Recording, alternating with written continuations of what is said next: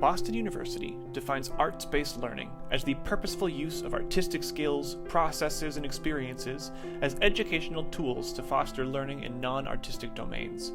Where traditionally, art has been taught as a standalone subject, integrating art into other disciplines has massive potential.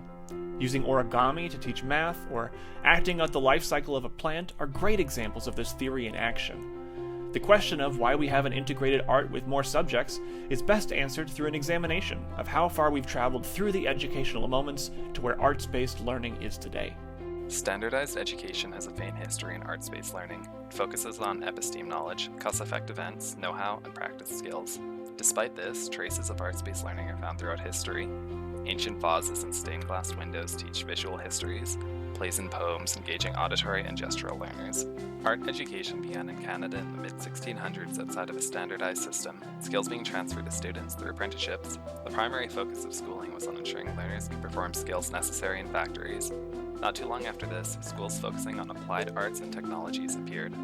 Authentic education emphasizes personal learning that aligns with the students' curiosities and interests. It can also create engaging and transformative experiences for learners since it promotes creative thinking and problem-solving skills. For instance, a musical theater program allowed their participants to become more engaged in their education program and have higher levels of energy, enthusiasm, and joy about teaching.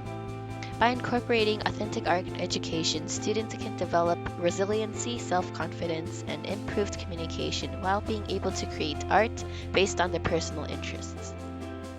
Democratic citizenship impacted art-based learning by influencing what students are able to be while contributing to society.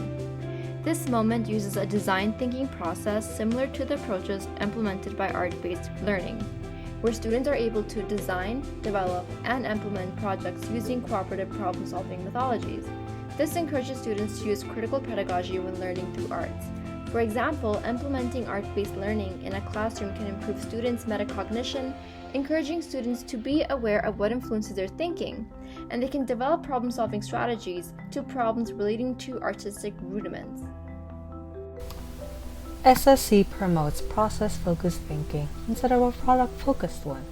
Process-focused art allows students to engage with their learning through an emergent and experimentation lens. However, letting the students do anything in the laissez-faire environment may not be advisable. Teachers are there to facilitate and orient attention. With no input from others, students become bored and frustrated with independent experimentation. An educator can either pose problems, supply new materials for exploration, or extend an existing activity in its technique and development. It is much easier to innovate than it is to invent.